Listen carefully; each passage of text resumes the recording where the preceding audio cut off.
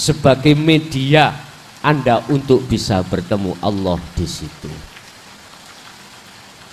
Aqimus shalah wa atuz zakah. Dzalika dinul qayyimah. Ditegaskan di belakang ayat, jikalau kau melakukan tentang keadaan atau aturan yang seperti ini, inilah dinul qayyimah, jalan yang benar, jalan yang lurus, jalan di mana pertemuan antara si hamba dengan Allah Subhanahu wa ta'ala.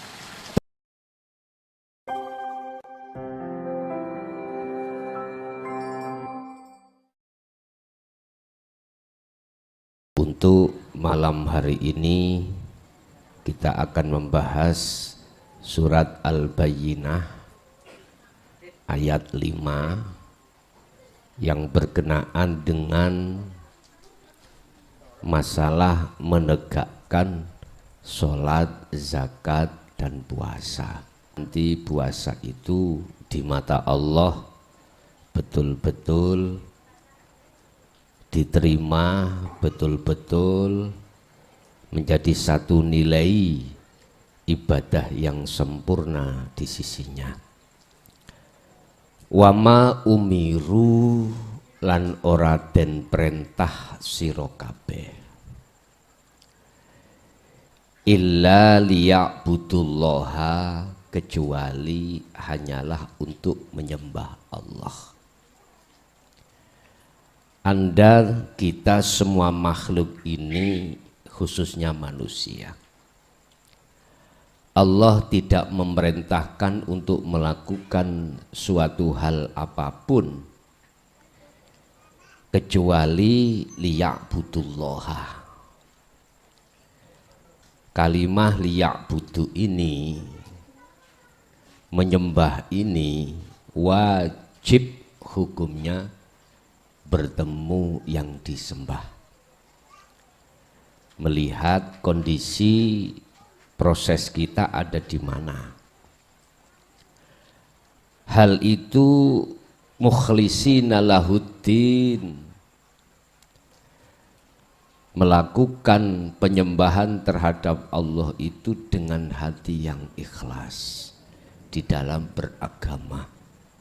Artinya liya'budun ini akan bisa sempurna, jenengan menyembah kepada Allah itu akan bisa sempurna manakala didasari hati yang ikhlas.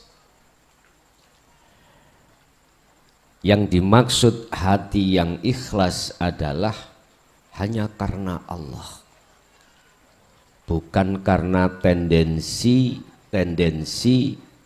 selain Allah, bukan.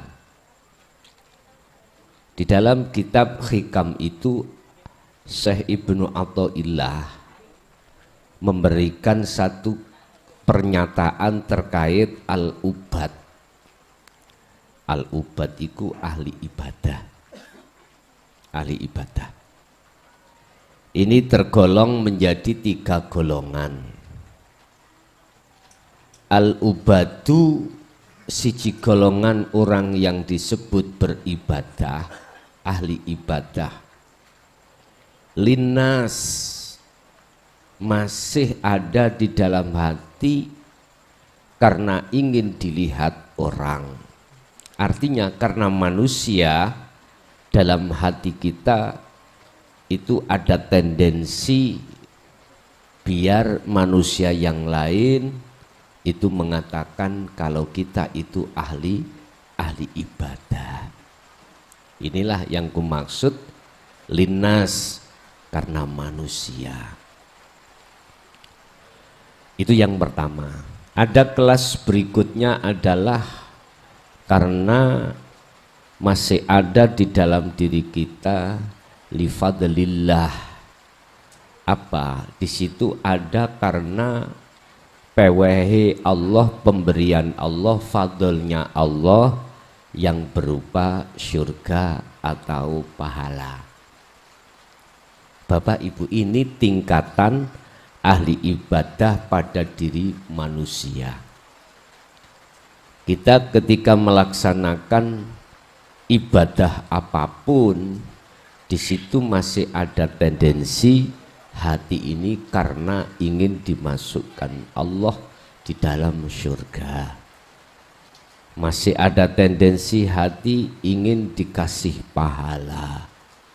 Bapak Ibu, ini kelas kita yang di kelompok nomor 2. Padahal manusia termasuk surga, termasuk pahala, itu ciptaan Allah yang disebut sebagai makhluk ini. Dan ini wajar bagi kita karena proses kelas kita dalam rangka liya'budullaha. Memang seperti itu Bapak Ibu. Ada kelas yang nomor 3 ini Pak Bu. Kelas di mana sudah tidak karena manusia atau karena makhluk, tidak, sekalipun dirinya makhluk, tidak. Apa yang disebut lillahi ta'ala, karena Allah ta'ala. Maksudnya ketika saat dia beribadah, dalam hatinya selalu koneksi, selalu sambung, selalu sadar bahwasanya semua apa kegiatan di dalam beribadah ini datangnya semata-mata karena Allah. Ini Bapak Ibu. Sehingga ketika saat hujan diturunkan Allah, jenengan boten mengeluh, boten hati boten ada rasa khawatir. Karena tidak memandang airnya, tidak memandang hujannya, tapi hati sampai koneksi, sambung terhadap alladzi asra bi abdihi. Karena hati jenengan memandang terhadap Allahnya sebagai yang memperjalankan dari makhluk ini. Dengan begitu Bapak Ibu, inilah ciri-ciri kekasih Allah, ciri-ciri lakunya walinya Allah itu seperti ini. La khaufun alaihim walahum yahzanun. Jadi hatinya sudah tidak mudah untuk gelisah, tidak mudah untuk susah, tidak mudah untuk khawatir, tidak mudah untuk takut. Itulah yang disebut ala inna auliya Allah. Ingat, sesungguhnya para kekasih Allah itu la khaufun alaihim walahum yahzanun. Karena apa? Karena para kekasih Allah itu sibuk, hatinya itu menyambungkan dirinya pada langsung pada Allah yang segala-galanya. Ini Bapak Ibu, tidak mudah kita seperti ini. Sebab apa?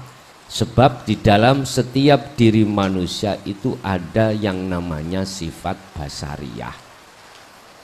Sifat yang menolak segala apapun yang bersifatkan qobdi. Qobdi itu enggak enak. Seperti ada acara gini hujan, enggak enak toh? Menolak sifat basariyah. Akhirnya di dalam hati kita gerutu. Nah, malah didresne Gusti Allah. Dilebatkan Allah hujan ini. Pun itu memang sudah ketetapan Allah. Sudah ketetapan Allah dan Allah punya maksud tersendiri di balik ini semuanya. Nyuwun sewu, jenengan kalau membangun rumah ngayak wedi niki lho Pak. Napa kok dikayak? Masalahnya kerikil-kerikil yang besar biar enggak ikut. Sebab kalau ikut-ikut didamel, dibikin melur, tukangnya yang kesusahan. Untuk ngelus tembok susah.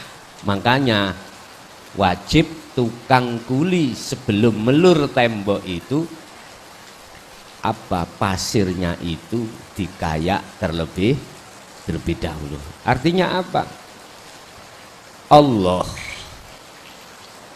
sebelum menjadikan hamba itu sebagai kekasihnya, disaring semuanya, disaring oleh Allah. Pertama, Allah menyaring lewat huwaladzi arsala rasulahu bil huda wa dinil haq. Apa? Lewat ajaran dinut tauhid, disampaikan oleh Allah lewat utusannya Kanjeng Nabi Muhammad sallallahu alaihi wasallam. Yes. Bagaimana kaum itu mau menerima atau enggak? Mana golongan di antara kaum pada saat itu yang mau menerima dan tidak? Itu kelihatan, Pak. Kelihatan. Jadi mana kaum itu mau menerima atau tidak dinul haq, itu sudah kelihatan. Kelihatan. Di situ ada dua golongan. Satu, wa minhum man hadallah. Satu golongan ini menerima hidayah Allah itu. Akhirnya hati jenengan kalih kula niki walaupun tidak bisa hadir di majelis, itu jenengan bisa mendengarkan lewat live YouTube niki dari rumah. Bisa. Memang karena kondisi memang tidak memungkinkan hujan-hujan seperti ini. Tapi jenengan masih mau untuk mendengarkan live atau pengajian-pengajian yang isinya adalah dinut tauhid. Yang rumahnya jauh walaupun tidak hujan, nggak mungkin. Akhirnya jenengan ini mengikuti lewat konten-konten di YouTube.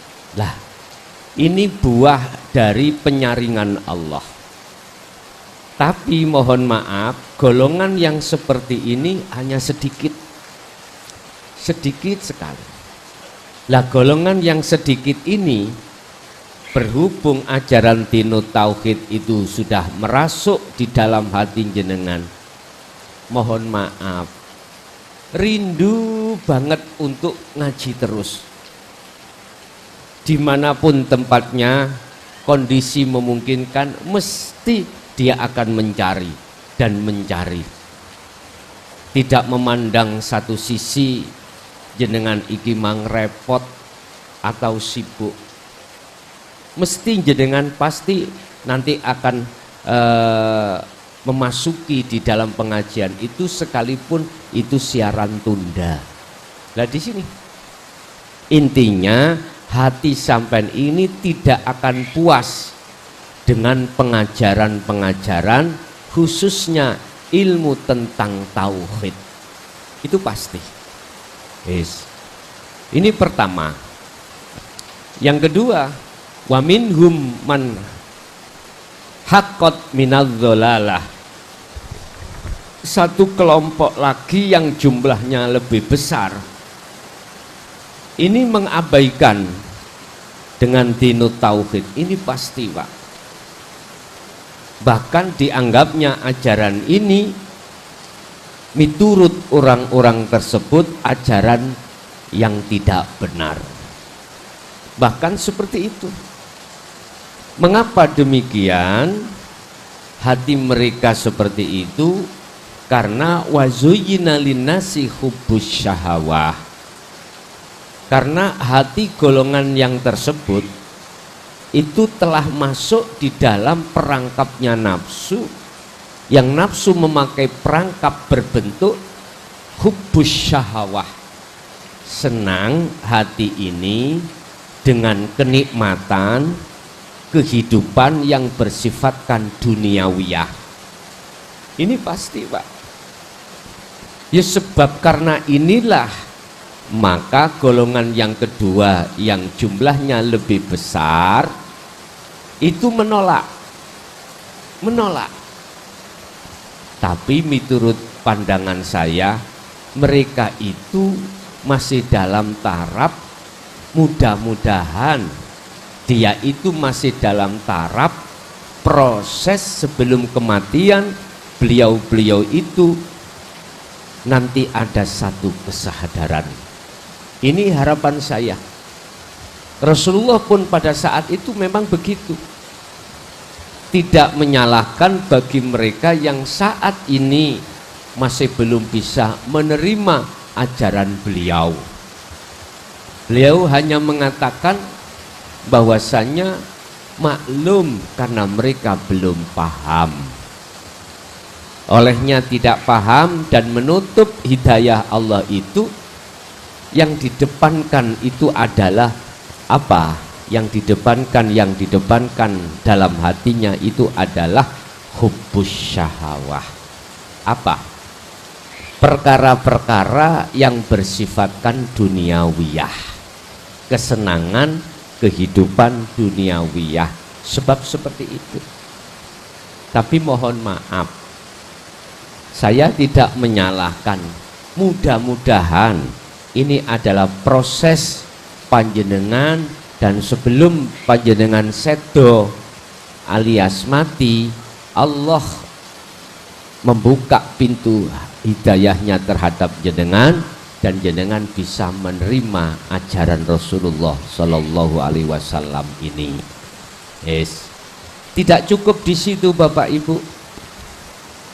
Golongan yang pertama tadi, Allah juga akan menyaring, disaring lagi. Lewat apa Allah menyaring? Lewat kholwat.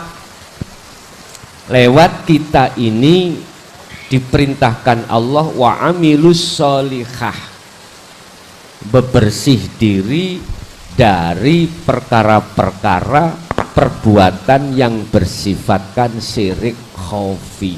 Ini sebab tujuan kholwat adalah di samping bertemu Allah, sebelumnya itu harus ada tindakan pensucian diri dari perkara-perkara yang bersifatkan syirik khafi. Makanya Allah katakan dalam satu ayat, wa man kana yarju liqa'a rabbih falyamal amalan sholihan. Barang siapa yang ingin bertemu Allah, bertemu Tuhannya, berarti bertemu Tuhannya ini untuk umum, sebab ayatnya adalah rabbihi.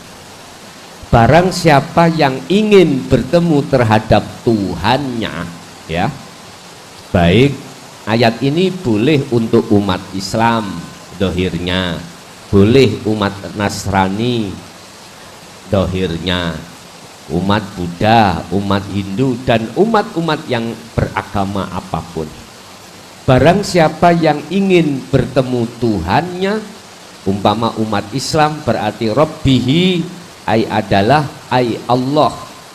Allah pertama harus falyamal amalan sholihan. Hati harus melakukan tindakan kholwat. Hati harus melakukan uzlah. Hati harus melakukan meditasi. Hati harus melakukan pertapa. Nah, maksud dan tujuan pertapa adalah membersihkan diri dari kesalahan-kesalahan rohaniyah yang beriman selain daripada Tuhan dari aspek apapun. Dari aspek apapun. Itulah yang kami sebut pun kersani, mboten napa-napa. Mboten. Itulah yang kami maksud apa? Perbuatan syirik khafi yang mulai sejak kita akil balik, menginjak dewasa, hati kita beriman terhadap selain Allah. Contoh pada kondisi sekarang, koyok seperti air hujan itu penghalang, koyok sebagai apa namanya, penghalang terhadap acara pada malam hari ini, yaitu pengajian rutin. Seakan-akan, sehingga kita merasa terganggu. Seakan-akan. Tapi sesungguhnya ingatlah wahai saudaraku, Allah ada maksud tertentu bagi Allah. Mengapa harus didatangkan ujian yang namanya hujan yang sangat lebat? Kita harus pandai membaca. Di balik semua apa yang dihadapkan Allah, pasti Allah punya maksud. Pasti Bapak Ibu. Apa maksud di balik ini semua? Nah, inilah yang Allah katakan, setiap ayat itu mempunyai tanda-tanda maksud tersendiri. Allah punya maksud tersendiri di balik ini semuanya. Loh, saya katakan, mengapa air hujan itu tidak kami sebut sebagai pengganggu, penghalang? Karena di dalam dan di luar air hujan bisanya turun, itu semata-mata karena Allah yang memperjalankan. Bahasa syariat, Gusti Allah itu mengutus utusannya malaikat. Setiap tetes air hujan itu malaikat. Membawa apa? Keberkahan terhadap kita. Keberkahan. Bukan membawa pengganggu atau penghalang, enggak. Keberkahan. Keberkahan ini ada macam dua Bapak Ibu. Ada keberkahan yang bersifatkan Ar-Rahman. Ar-Rahman itu sesuatu yang dibutuhkan oleh jasmani kita. Jasmani kita. Yang kedua adalah keberkahan dari sisi Ar-Rahim. Ar-Rahim ini keberkahan yang langsung berhubungan dengan ruhaniyah kita. Buktinya, tanda kalau di dalam ini semuanya, hujan ini semuanya ada keberkahan rohaniyah Ar-Rahim, hati jenengan anteng, hati jenengan gak ada masalah, walaupun kehujanan, walaupun terjadi apapun, hati jenengan anteng. Mengapa anteng? Karena hati sampean ini sibuk melihat Allahnya, boten sibuk melihat makhluknya yang Allah mentajalikan terhadap malaikat. Oleh karena yang dihadapi itu adalah makhluk, ada keterangan bahwasanya setiap tetes air hujan itu dikawal oleh malaikat sampai ke bumi. Berbahagialah panjenengan yang hatinya itu langsung connect terhadap Allah di saat air hujan ini. Lah, bukti keberkahan di dalam hati jenengan ini damai, boten mengeluh, boten gampang susah, boten gampang maido atas semua apa ketetapan Allah. Ini contoh kecil aja. Bahkan mohon maaf, masih banyak contoh-contoh yang lain dalam kehidupan kita ketika saat di dunia kita menghadapi perkara-perkara yang hampir mirip seperti air hujan. Entah ekonomi kita kurang bagus pada saat ini, atau mungkin pergaulan anak istri kita hubungan kurang baik saat ini.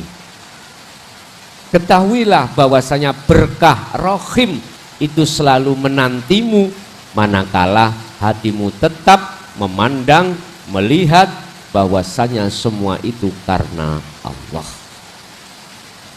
Bapak Ibu hadirin hunafa'a, tolong ketika hati menyembah, menghadap kepada Allah hunafa, dengan sungguh-sungguh. Dengan sungguh-sungguh.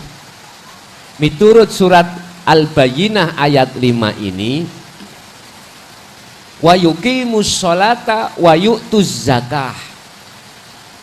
Anda akan mendapatkan keberkahan dari apa yang diberikan pada Allah, baik secara rahman ataupun secara rohim, lebih-lebih manakala kita wa yuqimus sholata wa yu'tuz zakata.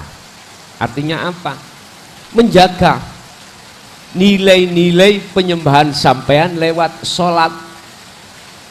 Jadi sholat yang dimaksud secara syariat ada 5 waktu itu dijaga semata-mata untuk dijadikan sebagai media pertemuan panjenengan terhadap Allah. Dan ini bisa terjadi dengan baik manakala jenengan ini mengerti bagaimana caranya menyembah dengan benar. Menyembah dengan benar itu tadi kita kembali golongan yang ketiga adalah lillahi ta'ala. Hanya karena semata-mata Allahnya. Berarti jenengan harus tahu sistem bagaimana caranya melaksanakan dzikir sirul asror. Sebab hanya lewat dzikir rasa inilah sholat jenengan ini akan bermutu dan berbobot di mata Allah. Dan inilah yang dimaksud illa liya'budullaha. Bapak Ibu, jikalau as-sholah saya luaskan, itu tidak terjadi penyembahan bertemu terhadap Allah itu di dalam aktivitas lahiriah sholat 5 waktu saja. Bisa terjadi saat hujan ini, Anda diam, hati bersirul asror untuk bertemu Allah.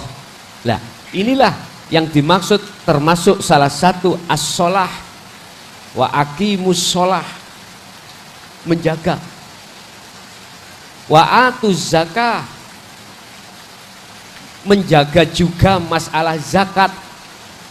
Bahasa syariat zakat itu apapun yang kita terima dari Allah yang bersifatkan ar-Rahman, apakah itu hasil kerja kita yang berbagai macam coraknya, di situ ada hak milik 8 golongan, bukan milik kita.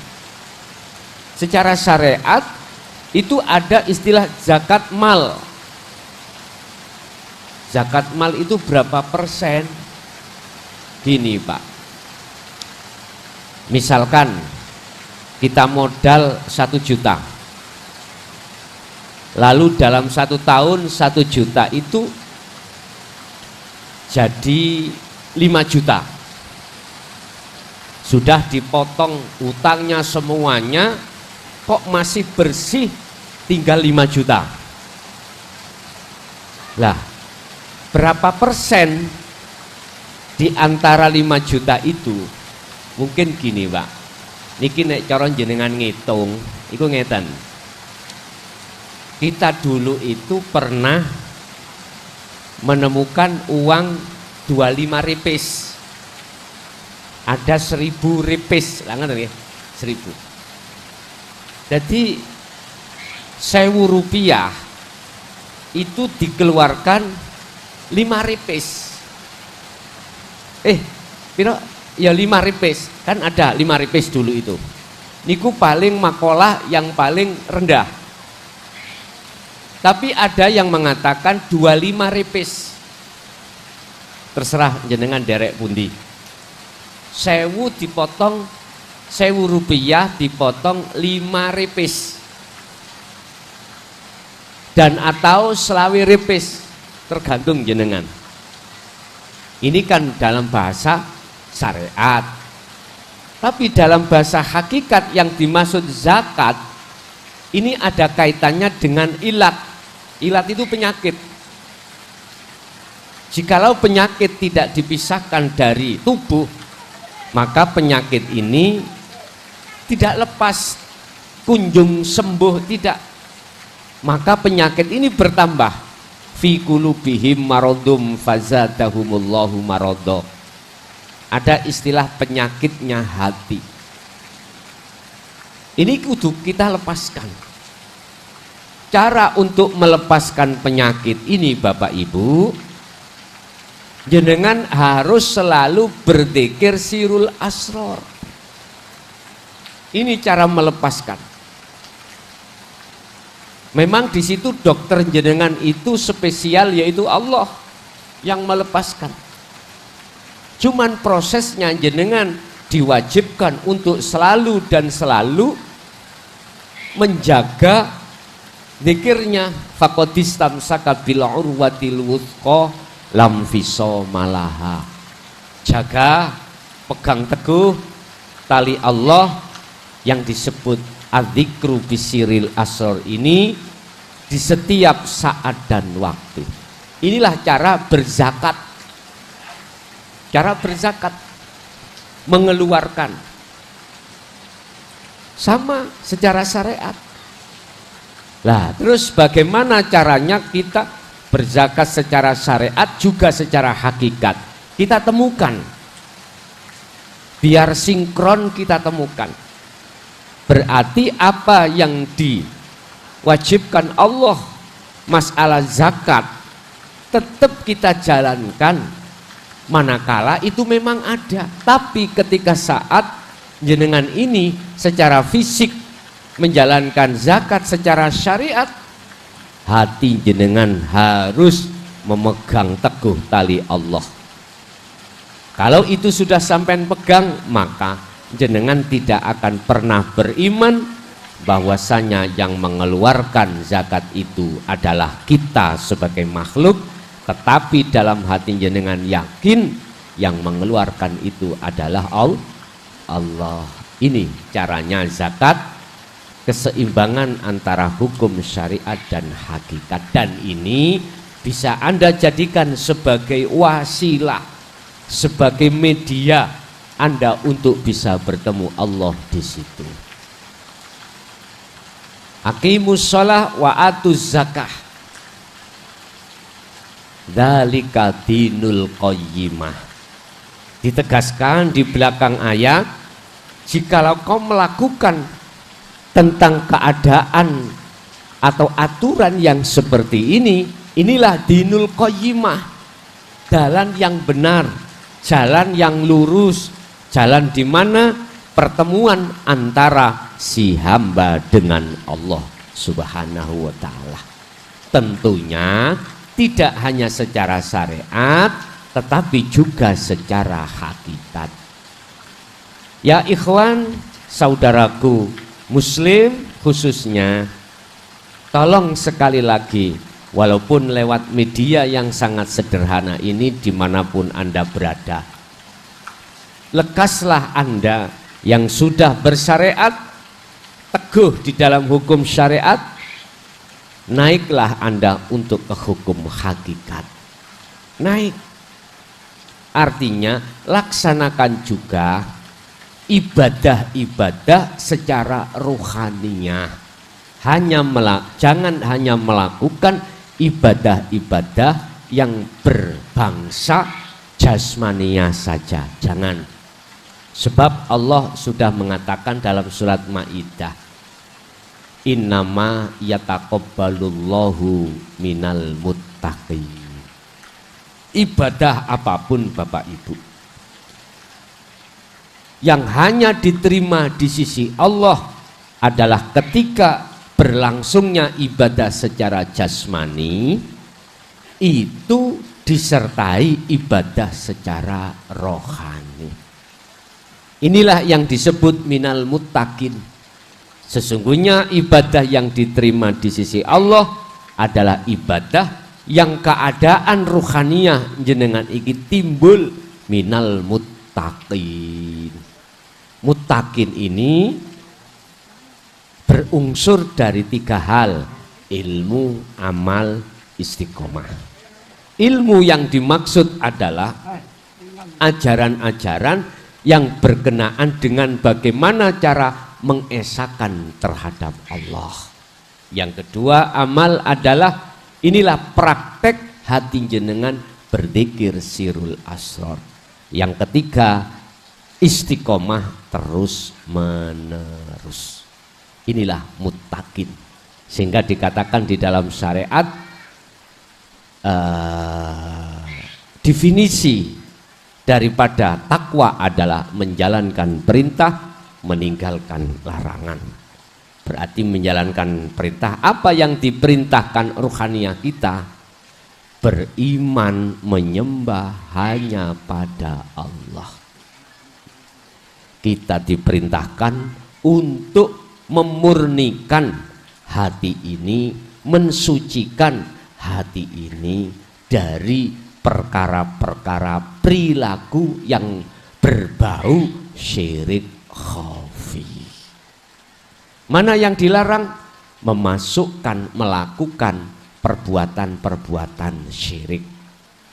Bahkan sampai Allah katakan dalam surat Luqman ayat 13, ya bunayya, wahai anak putuku, la tusyrik billah, jangan ada dalam hatimu perbuatan syirik pada Allah. Lah perbuatan syirik ini adalah perbuatan yang mengadakan Tuhan selainnya. Artinya iman kita pada selainnya, yaitu makhluk, bisa memberikan manfaat, bisa mendatangkan mudarat.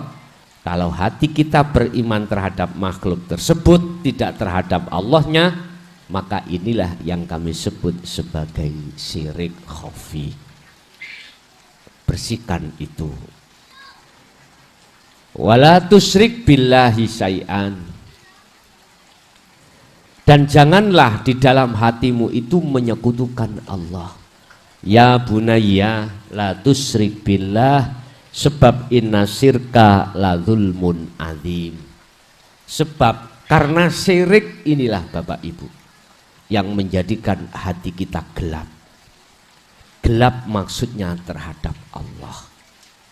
Gelap maksudnya iman kita itu tidak ada koneksi, semua apa yang terjadi itu yang berperan Allah, tidak ada.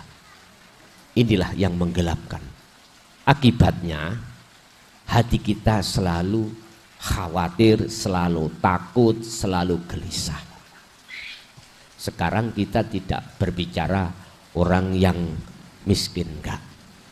Sekalipun kita kaya, sekalipun kita punya jabatan yang tinggi, jabatan yang fantastis, entah itu menjadi Kapolres, Kapolda, Panglima, bahkan menteri, menjadi bupati, menjadi pejabat, gubernur, bahkan presiden. Pasti hatinya itu ada 3 hal: takut, rasa khawatir, rasa gelisah. Itu pasti. Takut kehilangan. Yang kaya takut kehilangan kekayaannya. Yang punya jabatan takut kehilangan jabatannya. Yang punya kehormatan takut nama baiknya. Apalagi mereka pasti akan selalu khawatir dan gelisah. Kehilangan itu semuanya, padahal disadari atau tidak, percaya atau tidak, semua itu kehormatan, semua itu akan ditinggalkan. Pasti kita akan tinggalkan itu. Makanya sadar atau tidak sadar, beriman atau tidak, semua pasti kita akan tinggalkan. Ini adalah kemuliaan yang tidak abadi, kehormatan yang semu. Mengapa kita itu kok yang mementingkan hal ini, sementara kita melalaikan kehormatan yang abadi? Bukan perkaranya kita tidak boleh meraih kehormatan yang bersifatkan semunda. Jadikanlah kehormatan yang semu menjadi kehormatan yang abadi. Bagaimana caranya, Pak? Kehormatan yang abadi adalah inna akramakum indallahi atqakum. Itulah pangkat takwa, pangkat makrifat kepada Allah. Inilah kehormatan yang abadi, dan ini yang disebut sebagai wal akhiratu khairu wa abqa, yang kekal. Piye caranya? Ya ketika kita diberikan Allah kehormatan yang bersifatkan semu ini, hati kita harus lepas. Tidak yakin, tidak merasa bahwasanya kita yang memiliki. Lepaskan keakuan kita dengan cara berzikir tadi. Jikalau panjenengan betul-betul mau untuk melepaskan keakuan kita sebagai makhluk yang memiliki, pasti yang namanya 3 sifat tadi yang ditebarkan oleh nafsu. Apa? Rasa takut, rasa gelisah, rasa khawatir, lama-kelamaan akan sirna di dalam hati sampeyan, dan jenengan kembali kepada Allah secara fisik, secara syariat dengan keadaan husnul khotimah. Pasti nggak ada yang menggandoli, yang membebani jenengan, nggak ada, karena kita sudah tidak merasa memiliki. Lihat contoh terhadap tukang parkir, Pak. Ketika saat mobil sepeda diambil yang memiliki, hati terasa plong, tidak ada beban. Karena apa? Karena itu kita tidak merasa memiliki. Itulah tukang parkir. Bahkan justru ketika diambil oleh yang memiliki, jenengan dengan hati ridho, ikhlas melepaskan dan juga memberikan jalan supaya tidak ada apa-apa. Itu tukang parkir. Bapak Ibu hadirin jamaah rahimakumullah. Persoalan-persoalan apapun yang dihadapkan Allah terhadap kita sebagai hambanya, kembalilah sistem seperti surat Al-Bayyinah ayat 5 tadi. Jaga nilai-nilai ibadah secara ruhaniyah di saat-saat kita itu menjalankan ibadah secara jasmaniah. Wa aqimus shalah wa atuz zakah. Ini Pak, bahkan dalam ayat lain warka'u ma'ar roki'in. Warka'u, rukuklah kau, tundukkanlah kau, ma'ar roki'in, beserta orang-orang yang tunduk pada Allah.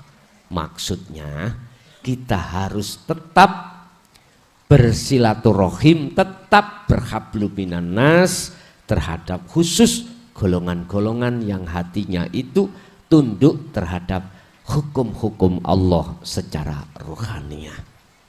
Hukum-hukum Allah secara ruhaniyah cuman satu, anibudullaha wastanibut tauhid. Mengarahkan terus hati ini di setiap saat dan waktu, kondisi apapun. Hanya Allah iman kita, tidak ada yang lain. Wastanibut tauhid, dan berupaya mencegah bila mana ada nafsu yang masuk di dalam diri kita lewat keadaan supaya kita beriman pada makhluk. Kita tolak. Lah nafsu masuk itu lewat jin dan manusia. Alladzi yuwaswisu fi sudurin nas minal jinnati wan nas. Lewat manusia. Bentuknya lewat manusia adalah kita diseret dengan kaidah-kaidah yang isi dan inti kaidah itu menyeretmu supaya beriman terhadap makhluk. Begitu juga dengan jin. Inilah yang kumaksud bisikan-bisikan dalam hatimu yang bersifatkan mengarahkan, menyeret untuk beriman terhadap selain Allah. apapun bentuknya di situ. Bapak Ibu hadirin jamaah rahimakumullah, kesimpulan surat Bayyinah Al-Bayyinah ayat 5 adalah kondisi apapun jenengan, kondisi apapun, tolong letakkan hati Anda selalu memegang sirul asrar. Sebab dengan memegang sirul asrar itulah hati jenengan akan bisa koneksi, sambung langsung terhadap Allah, sehingga imannya Anda hanya pada Allah.